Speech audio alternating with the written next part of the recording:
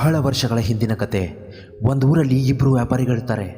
ಅವರಿಬ್ಬರು ಪ್ರತ್ಯೇಕವಾಗಿ ಮಣ್ಣಿನ ಮಡಿಕೆ, ಅಲ್ಯೂಮಿನಿಯಂ ಪಾತ್ರೆ, ವಸ್ತುಗಳು ಹಾಗೂ ಬಂಗಾರದ ಬಣ್ಣ ಲೇಪಿತ ಬೆಂಟೆಕ್ಸ್ ಆಭರಣಗಳು ಊರೂರಿಗೆ ಸುತ್ತಾಡಿ ಮಾರಾಟ ಮಾಡಿ ಜೀವನ ಸಾಗಿಸ್ತಾ ಇರ್ತಾರೆ. ಹೀಗೆ ಒಂದು ದಿನ ಅವರಿಬ್ಬರು ಸೇರಿ ಒಂದು ನಿರ್ಧಾರಕ್ಕೆ ಬರ್ತಾರೆ. ಅದು ಏನು ಅಂದರೆ, ತಲಾ ಒಬ್ಬರು ಒಂದೊಂದು ಊರು ಸುತ್ತಿ ವ್ಯಾಪಾರ ಮಾಡಬೇಕು. ಒಂದು ವೇಳೆ ಒಬ್ಬ ವ್ಯಕ್ತಿ ಒಂದು ಊರಿನಲ್ಲಿ ವ್ಯಾಪಾರ ಮಾಡಿ ಆ ಊರನ್ನು ದಾಟಿ ಹೋದ ನಂತರ ಮತ್ತೊಬ್ಬ ವ್ಯಕ್ತಿ ಆ ಊರಿಗೆ ಮಾರಾಟ ಮಾಡೋದಕ್ಕೆ ಬರಬಹುದು.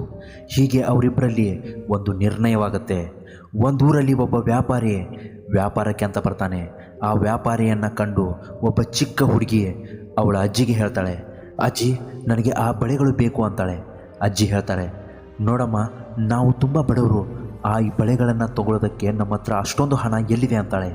ಆಗ ಮೊಮ್ಮಗಳು ಹೇಳ್ತಾಳೆ, ಅಜ್ಜಿ ನಮ್ಮ ಹತ್ರ ದುಡ್ಡು ಇಲ್ಲದೆ ಇರ್ಬೋದು, ಆದರೆ ನಮ್ಮ ಮನೆಯಲ್ಲಿ ತುಂಬ ವರ್ಷಗಳಿಂದ ಒಂದು ಹಳೆ ತಟ್ಟೆ ಬಿದ್ದಿದೆ, ಅದನ್ನು ಕೊಟ್ಟು ಅದರ ಬದಲಾಗಿ ಬಳೆಗಳನ್ನು ತಗೊಳ್ಳೋದಾಗಿ ಹೇಳ್ತಾಳೆ.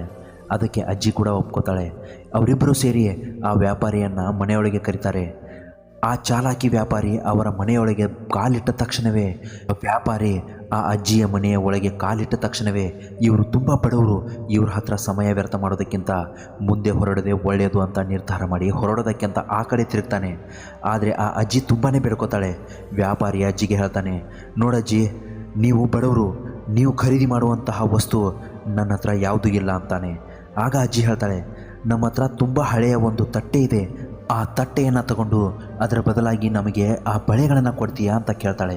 ವ್ಯಾಪಾರಿ ಆ ತಟ್ಟೆಯನ್ನು ಹಿಂದೆ ಮುಂದೆ ಎಲ್ಲ ಕಡೆ ತಿರುಗಿಸಿ ನೋಡ್ತಾನೆ. ತುಂಬ ಹಳೆಯ ತಟ್ಟೆ ಆಗಿದ್ದರಿಂದ ಅದಕ್ಕೆ ಕಪ್ಪು ಬಣ್ಣದ್ದು ತುಕ್ಕು ಹಿಡಿದಿರುತ್ತೆ. ಅವನು ಉಗುರಿನಿಂದ ಅದನ್ನು ಉಜ್ಜಿ ನೋಡ್ತಾನೆ. ಆ ತಟ್ಟೆ ಸಂಪೂರ್ಣ ಬಂಗಾರದ್ದಾಗಿರುತ್ತೆ. ಅದನ್ನು ಕಂಡ ವ್ಯಾಪಾರಿ ಒಳಗೊಳಗೆ ಸಂತೋಷ ಪಡ್ಕೋತಾನೆ. ಈ ಮುಟ್ಟಾಳ ಜನರಿಗೆ ಇದು ಬಂಗಾರದ್ದು ಅಂತ ಗೊತ್ತಿಲ್ಲ, ಇವರಿಗೆ ನನ್ನ ಹತ್ರ ಇರೋ ಬಳೆಗಳು ಆದರೂ ಯಾಕೆ ಕೊಡಬೇಕು, ಸ್ವಲ್ಪ ಸತಾಯಿಸೋಣ, ಬಳೆಗಳಿಗಿಂತ ಕಡಿಮೆ ದರ ಇರೋ ವಸ್ತು ಇವರಿಗೆ ಕೊಡೋಣ ಅಂತ ನಿರ್ಧರಿಸಿ ಅಜ್ಜಿಗೆ ಹೇಳ್ತಾನೆ, ಅಜ್ಜಿ ಈ ತಟ್ಟೆ ಯಾವುದೇ ಪ್ರಯೋಜನಕ್ಕೆ ಬರಲ್ಲ, ತಟ್ಟೆಯನ್ನು ನೀವೇ ಇಟ್ಕೊಳ್ಳಿ ಅಂತ ಅಜ್ಜಿಯ ಕೈಗೆ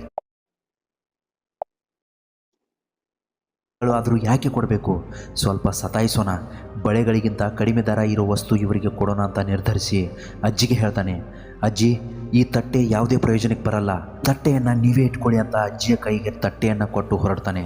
ಅವನು ಮನಸ್ಸಲ್ಲಿ ಅನ್ಕೋತಾನೆ, ಸ್ವಲ್ಪ ಹೊತ್ತು ಬಿಟ್ಟು ಮತ್ತೆ ಇದೇ ರಸ್ತೆ ಕಡೆಗೆ ಬರೋಣ, ಆಗ ಅಜ್ಜಿ ಮತ್ತೆ ಕರೆದು ಬಳೆಗಳಿಗಿಂತ ಕಡಿಮೆ ದರ ಇರುವ ವಸ್ತುವೇ ತಗೋತಾಳೆ ಅಂತ ಅವನ ಮನಸ್ಸಲ್ಲಿರುತ್ತೆ. ಕೆಲವು ಗಂಟೆಗಳ ನಂತರ ಮೊದಲನೇ ವ್ಯಾಪಾರಿ ಬಂದ ದಾರಿಗೆ ಮತ್ತೊಬ್ಬ ವ್ಯಾಪಾರಿ ತನ್ನ ದಾರಿಯಲ್ಲಿನ ವ್ಯಾಪಾರವನ್ನು ಮುಗಿಸಿ ಬರ್ತಾನೆ. ಆ ಚಿಕ್ಕ ಹುಡುಗಿ ಆ ವ್ಯಾಪಾರಿಯನ್ನೂ ಕೂಡ ನೋಡಿ ಹಠ ಮಾಡೋದಕ್ಕೆ ಶುರು ಮಾಡ್ತಾಳೆ. ಅಜ್ಜಿ ನನಗೆ ಆ ಬಳೆಗಳು ಬೇಕು ಅಂತ ತುಂಬಾ ಹಠ ಮಾಡ್ತಾಳೆ. ಅಜ್ಜಿ ಆ ವ್ಯಾಪಾರಿಯನ್ನು ಕಂಡು ಮೊದಲನೇ ವ್ಯಾಪಾರಿಗಿಂತ ಈತ ತುಂಬ ಒಳ್ಳೆಯವನು ಅನ್ನಿಸ್ತಾನೆ. ಆ ವ್ಯಾಪಾರಿಯನ್ನೂ ಕೂಡ ತನ್ನ ಮನೆಯೊಳಗೆ ಕರೀತಾಳೆ. ಒಳಗೆ ಕರೆದು ಅವನಿಗೆ ಆ ತಟ್ಟೆಯನ್ನು ತೋರಿಸಿ, ನೋಡಪ್ಪ, ಈ ತಟ್ಟೆಯನ್ನು ತಗೊಂಡು ಇದರ ಬದಲಾಗಿ ನಮಗೆ ಆ ಬಳೆಗಳನ್ನು ಕೊಡು ಅಂತಾಳೆ. ಆ ವ್ಯಾಪಾರಿಗೆ ಆ ತಟ್ಟೆ ಬಂಗಾರದ್ದು ಅಂತ ಗೊತ್ತಾಗೋದಕ್ಕೆ ಬಹಳ ಸಮಯ ಹಿಡಿಯಲ್ಲ. ಆಗ ಅಜ್ಜಿಗೆ ಹೇಳ್ತಾನೆ, ಅಜ್ಜಿ ನನ್ನ ಹತ್ರ ಇರೋ ಎಲ್ಲ ವಸ್ತುಗಳು ನಿಮಗೆ ಕೊಟ್ಟರು ಈ ತಟ್ಟೆಗೆ ಬೆಲೆ ಕಟ್ಟೋದಕ್ಕೆ ಆಗಲ್ಲ ಅಂತಾನೆ. ಅಜ್ಜಿಗೆ ತುಂಬಾ ಆಶ್ಚರ್ಯವಾಗುತ್ತೆ. ಆದರೆ ಅವಳ ತಲೆಯಲ್ಲಿ ಒಂದೇ ಇರುತ್ತೆ, ಆ ವ್ಯಕ್ತಿಗಿಂತ ಇವನು ನಿಷ್ಠಾವಂತ, ಪ್ರಾಮಾಣಿಕ, ಒಳ್ಳೆಯವನು ಅಂತ. ಅಜ್ಜಿ ಆ ವ್ಯಾಪಾರಿಗೆ ಹೇಳ್ತಾಳೆ, ನೋಡಪ್ಪ, ಈ ತಟ್ಟೆ ತೊಗೊಂಡು ನನಗೆ ಏನು ಕೊಡ್ತೀಯಾ ಅದನ್ನು ನಾನು ಸಂತೋಷವಾಗಿ ತೊಗೋತೀನಿ ಅಂತಾಳೆ. ಆ ವ್ಯಾಪಾರಿ, ನನ್ನ ಹತ್ರ ಇರೋದೆಲ್ಲ ತಗೊಳ್ಳಿ, ನನ್ನ ಈ ಒಂದು ಚೀಲವನ್ನು ನನಗೆ ವಾಪಸ್ ಕೊಡಿ. ಅದಕ್ಕೆ ಸರಿ ಅಂತ ಅಜ್ಜಿ ಒಪ್ಕೋತಾಳೆ.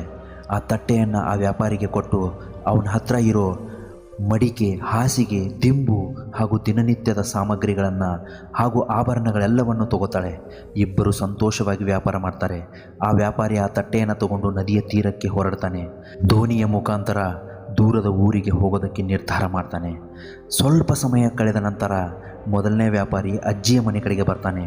ಬಂದು ಹೇಳ್ತಾನೆ, ನೋಡಜ್ಜಿ, ನಾನು ನಿನಗೆ ಆ ಹಳೆ ತಟ್ಟೆ ಇಟ್ಕೊಂಡು ಯಾವುದೇ ಬೆಲೆ ಬಾಳುವ ವಸ್ತುವನ್ನು ಕೊಡೋದಕ್ಕಾಗಲ್ಲ, ಅದನ್ನು ತಗೊಂಡು ನನ್ನ ಹತ್ರ ಇರೋ ಸ್ವಲ್ಪ ಹಣವನ್ನು ನಿನಗೆ ಕೊಡಬಹುದು ಅಷ್ಟೇ ಅಂತಾನೆ. ಆದರೆ ಅಜ್ಜಿ ನಡೆದ ಘಟನೆಯೆಲ್ಲ ಹೇಳ್ತಾಳೆ. ನೀನು ನಮಗೆ ಸ್ವಲ್ಪನೂ ಬೆಲೆ ಕೊಡಲಿಲ್ಲ, ಆದರೆ ಆ ಮತ್ತೊಬ್ಬ ವ್ಯಾಪಾರಿ ಆ ತಟ್ಟೆಯನ್ನು ತಗೊಂಡು ತನ್ನ ಬಳಿ ಇರುವ ಎಲ್ಲ ವಸ್ತುಗಳನ್ನು ನಮಗೆ ಕೊಟ್ಟು ಹೊರಟು ಹೋದ ಅಂತಾಳೆ. ವಿಷಯವನ್ನು ಕೇಳಿದ ವ್ಯಾಪಾರಿ ತುಂಬಾ ನೊಂದ್ಕೋತಾನೆ, ಬೇಜಾರು ಪಟ್ಕೋತಾನೆ. ಯಾಕಂದರೆ ಬಂಗಾರದ ತಟ್ಟೆ ಕೈ ತಪ್ಪಿ ಹೋಯ್ತಲ್ಲ, ಕೈಗೆ ಬಂದ ತುತ್ತು ಬಾಯಿಗೆ ಬರಲಿಲ್ಲವಲ್ಲ ಅಂತ ತುಂಬಾ ನೊಂದ್ಕೋತಾನೆ. ಆ ವ್ಯಾಪಾರಿ ಯಾವ ಕಡೆಗೆ ಹೋದ ಹೇಳು ಅಜ್ಜಿ ಅಂತ ನೊಂದ್ಕೊಂಡು ಗೋಗರೆದು ಕೇಳ್ಕೊತಾನೆ. ಅಜ್ಜಿ ಹೇಳ್ತಾಳೆ, ಆ ನದಿಯ ತೀರದ ಕಡೆಗೆ ಆ ವ್ಯಾಪಾರಿ ಹೋದ ಅಂತಾನೆ. ಆ ವಿಷಯವನ್ನು ಕೇಳಿದ ಆ ವ್ಯಾಪಾರಿ ತನ್ನ ಎಲ್ಲ ವಸ್ತುಗಳನ್ನು ಅಲ್ಲೇ ಬಿಟ್ಟು ಓಡ್ತಾನೆ. ಈ ತೀರಕ್ಕೆ ಬಂದು ನೋಡಿದರೆ ಆ ದೋಣಿ ತುಂಬಾ ಮುಂದಕ್ಕೆ ಹೋಗಿತ್ತು. ಅದನ್ನು ಕಂಡ ವ್ಯಾಪಾರಿ ಜೋರಾಗಿ ಕಿರ್ಚ್ಕೋತಾನೆ, ಕಳ್ಳ ಕಳ್ಳ, ನನ್ನ ಹತ್ರ ಇರೋ ಒಂದೇ ಒಂದು ತಟ್ಟೆಯನ್ನು ತಗೊಂಡು ಪರಾರಿಯಾಗ್ತಾ ಇದ್ದಾನೆ, ದಯವಿಟ್ಟು ಕಾಪಾಡಿ ಕಾಪಾಡಿ, ನನ್ನ ತಟ್ಟೆಯನ್ನು ದೋಚ್ಕೊಂಡು ಹೋಗ್ತಾ ಇದ್ದಾನೆ ಅಂತ ತುಂಬ ಗೋಗರಿತಾನೆ. ಆದರೆ ಕಾಲ ತುಂಬಾ ಮಿಂಚಿ ಹೋಗಿತ್ತು. ಆ ವ್ಯಾಪಾರಿ ತುಂಬಾ ದೂರ ಹೋಗಿ ಆಗಿತ್ತು. ಈ ಕಥೆಯ ಉದ್ದೇಶ ಏನು ಅಂದರೆ, ಅವಕಾಶಗಳು ಜೀವನದಲ್ಲಿ ಪದೇ ಪದೇ ಸಿಗೋದಿಲ್ಲ.